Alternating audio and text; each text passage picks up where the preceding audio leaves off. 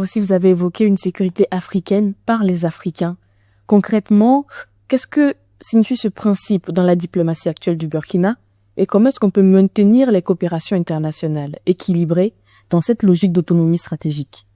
Nous avions, je crois, à la faveur de la première édition du Forum pour la paix ici, lancé un appel sur la nécessité de construire une architecture de défense africaine, portée par les Africains.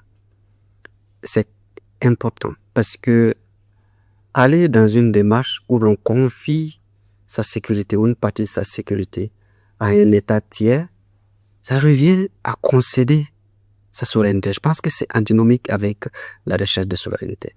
Et c'est bien possible. Et aujourd'hui, l'exemple de la force unifiée du Sahel est un modèle qui prouve que il est bien possible, peu importe les moyens. L'essentiel est que vous puissiez disposer d'une architecture et que vous travaillez à consolider cela. Réfléchir à concevoir une doctrine de défense purement africaine. Parce que la difficulté que nous avons aujourd'hui, c'est que nous avons, hier je l'ai mentionné, au-delà de l'extraversion économique, il y a une extraversion intellectuelle qui fait qu'il est difficile pour les Africains aujourd'hui de s'envisager en dehors des prismes qui est porté par l'Occident. Quelle forme pensez-vous que pourrait prendre cette coopération africaine, de se mettre ensemble pour construire notre défense ensemble? Il faut d'abord reconnaître nos limites. Il faut ensuite reconnaître nos valeurs et accepter de les intégrer dans les politiques publiques. Vous regardez aujourd'hui déjà la façon dont les Africains se regardent. Il y a un biais. Il est important que, et ça nous ne cesserons de le dire, l'Africain doit se revaloriser. Il doit avoir un regard positif sur lui-même et se dire, surtout se poser la question de savoir pourquoi tous les pays occidentaux disent que l'Afrique c'est le continent d'avenir et que les Africains continuent à aller chercher leur avenir dans ces pays qui pensent que leur avenir se trouve ici.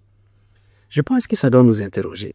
Il faut que les Africains comprennent que ce qui a longtemps été présenté à nos États comme étant des faiblesses, je parle de la jeunesse, je parle de la démographie, je parle de nos valeurs culturelles, ce sont nos forces à ce niveau. Quand vous regardez les continents vieillissants, vous ne pouvez pas envisager une politique d'avenir sans jeunesse. On a parlé tout de suite de défense. L'armée, c'est la jeunesse. Lorsque vous n'avez pas une population jeune, vous ne pouvez pas faire des projections dans l'avenir. Mais les pays qui sont en déclin démographique, c'est des pays qui, dans les prochaines décennies, feront face aux effectifs, aux problèmes d'effectifs dans les armées. Et c'est pour cela, vous pouvez le remarquer, je ne le confirme pas, mais quand vous voyez tous ces efforts au niveau de l'intelligence artificielle, en essayant de créer des acteurs bioniques et autres, vous comprenez qu'ils travaillent déjà à combler quelque chose. Et ce quelque chose-là, nous l'avons ici. C'est un fait. Et c'est une force.